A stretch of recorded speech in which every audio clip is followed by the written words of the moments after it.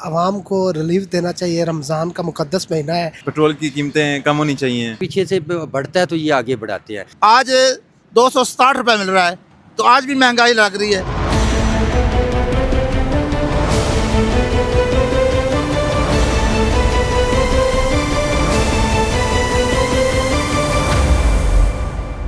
मशरिक़ वस्ती में बढ़ती हुई कशीदगी ने आलमी मंडी में तेल की कीमतों को गैर यकीनी सूरत हाल से दोचार कर दिया है।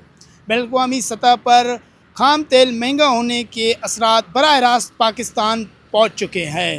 कल पाकिस्तान में तेल और डीज़ल की कीमतों में इजाफ़ा देखने को मिला है।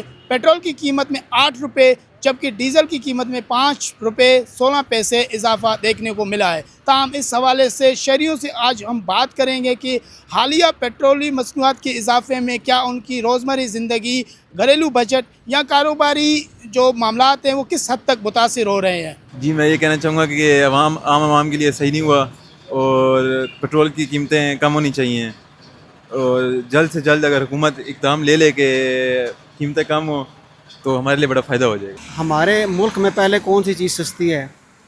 पेट्रोल की कीमत उन्होंने बढ़ा दी है तो पेट्रोल से जुड़ी हर चीज़ फिर आपको पता है कि उसी पे जो है ना हर चीज़ पे असरअंदाज होती है वो चीज़।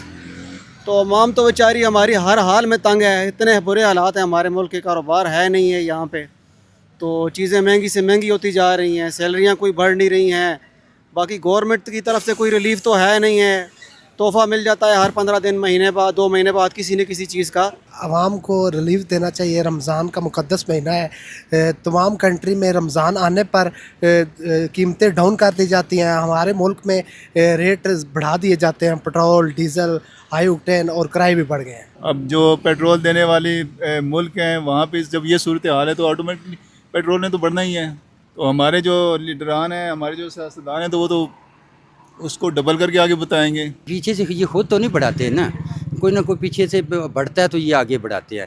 ये उनकी भी ज़रूरतें होती हैं। इन्होंने खून निचोड़ना होता है आवाम का ना। उधर बढ़ गई हैं तो इन्होंने भी तो बढ़ानी है ना। अगर उधर कमी होती है तो ये कमी कर देते हैं, अगर बढ़ती है तो बढ़ा देते हैं।